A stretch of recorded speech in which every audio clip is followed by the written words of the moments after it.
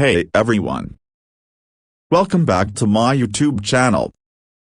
Today, we're diving deep into the Chevrolet Biscayne, a car that once ruled the streets of America. The Chevrolet Biscayne was produced from 1958 to 1972, and it was part of Chevy's full-size lineup.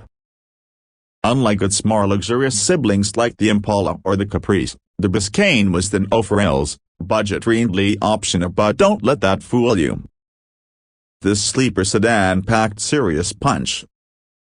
Cut to images of the 1958 Mad Biscayne was named after Biscayne Bay near Miami, Florida, a name that evokes smooth style and coastal cool, even if the car itself was meant to be all about business.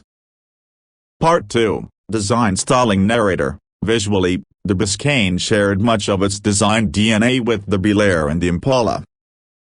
Big chrome bumpers, wide grilles, and sharp tail fins in the early years gave it that classic American car look.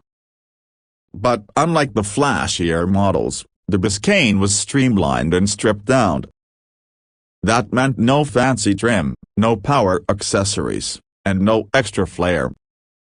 Just pure, honest metal.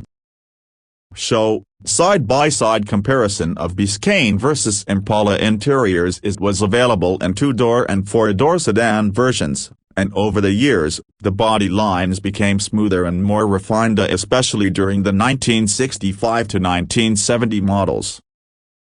Part 3, Performance Options. Narrator. Now, here's where things get exciting.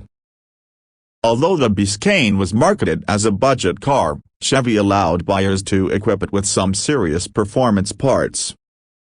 We're talking about big block V8s, like the legendary 427 cubic inch, 7.0 liters, and even the beastly 454 in later years.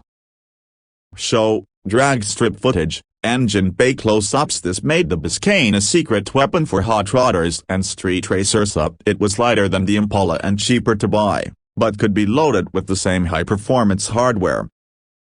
That's why some gearheads called it a muscle car in disguise. Part 4, Market Position. Popularity. Narrator. Chevrolet designed the Biscayne primarily for fleet sales. Think police cars, taxis, and government vehicles. It was reliable, easy to maintain, and had no unnecessary bells and whistles. But despite being a fleet special, it developed a cult following thanks to its simplicity and performance potential. Show, classic police Biscayne footage. Black and white pics. By the 1960s, the Biscayne had cemented its place as the go-to car for buyers who valued function over flash and speed over style. Part 5, End of the Road. Narrator. In 1972, Chevrolet discontinued the Biscayne. The rise of more luxurious full-size cars, changing market tastes, and tightening emissions regulations spelled the end of this underdog. Show, fade-out shot of a 72 Biscayne driving off into the sunset. But even today, car collectors and muscle car lovers still seek out the Biscayne.